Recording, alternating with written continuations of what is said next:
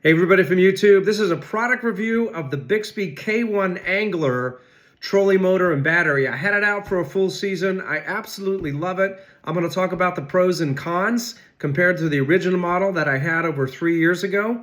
So check it out. Thanks for watching.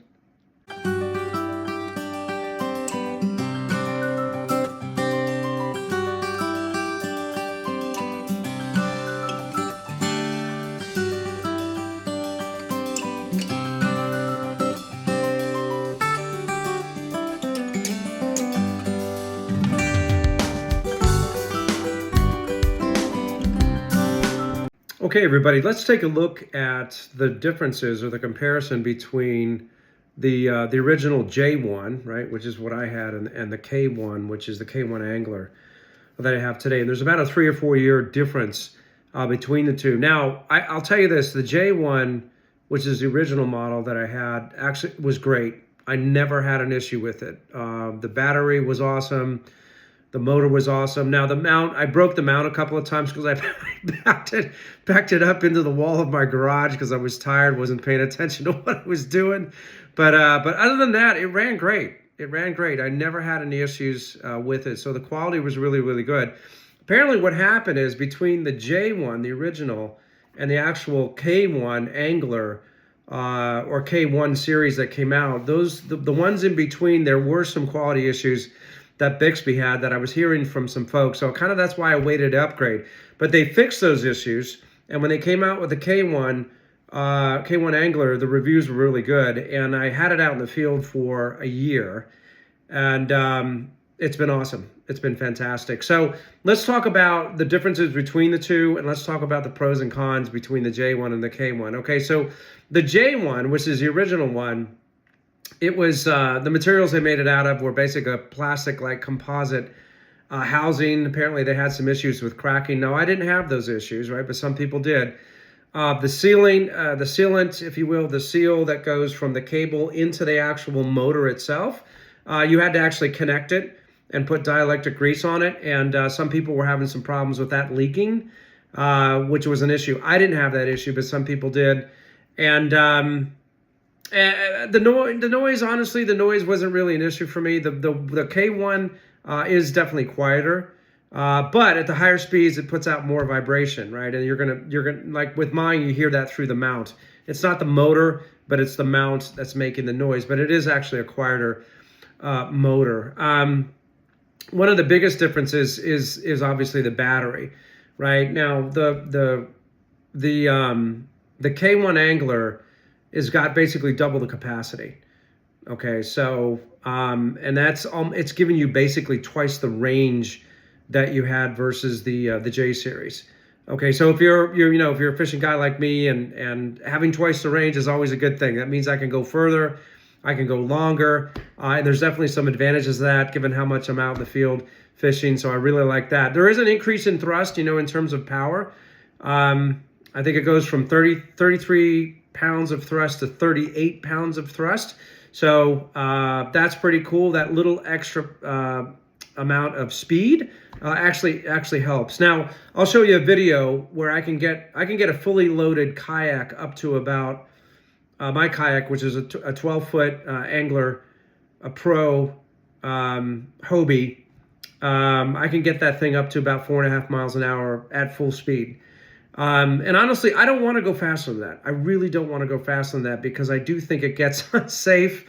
I notice sometimes if I move that rudder, like quickly, just a little bit left or right, that whole kayak really starts to rock at those speeds. So anything faster than that, I know if I hit that rudder hard by accident or on purpose, I probably would end up flipping the kayak. Now, some guys are into speed, I get it. But for safety reasons, 4.5 miles an hour, that's plenty of speed for me. I don't need to go any faster than that. So that's pretty cool. Runtime, full blast, you can go for about 2 hours at full throttle, which is amazing. I don't know why you'd want to do that, but you can go for 2 hours at full throttle. And you can get roughly 24 hours out of this thing. Okay, so you could get probably at least 3 fishing trips before you have to charge it up. The other thing I noticed about the K1, it charges faster.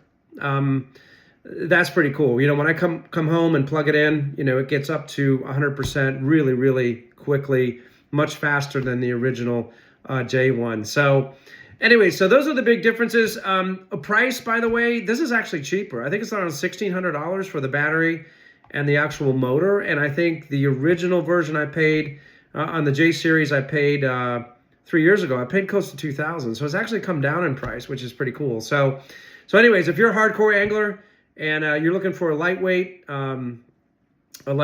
trolling motor option for you, I think you should check out the Bixpy. I think it's great, and I think you'll really enjoy it. The quality is absolutely superb. So overall, I think it's a great choice. It's a little bit heavier. The battery's a little bit heavier, but if you can stand a little bit of extra weight, I definitely think it's worth checking out. So anyways, let's check out some videos that in the field and out on the water. And anyways, I hope this has been helpful.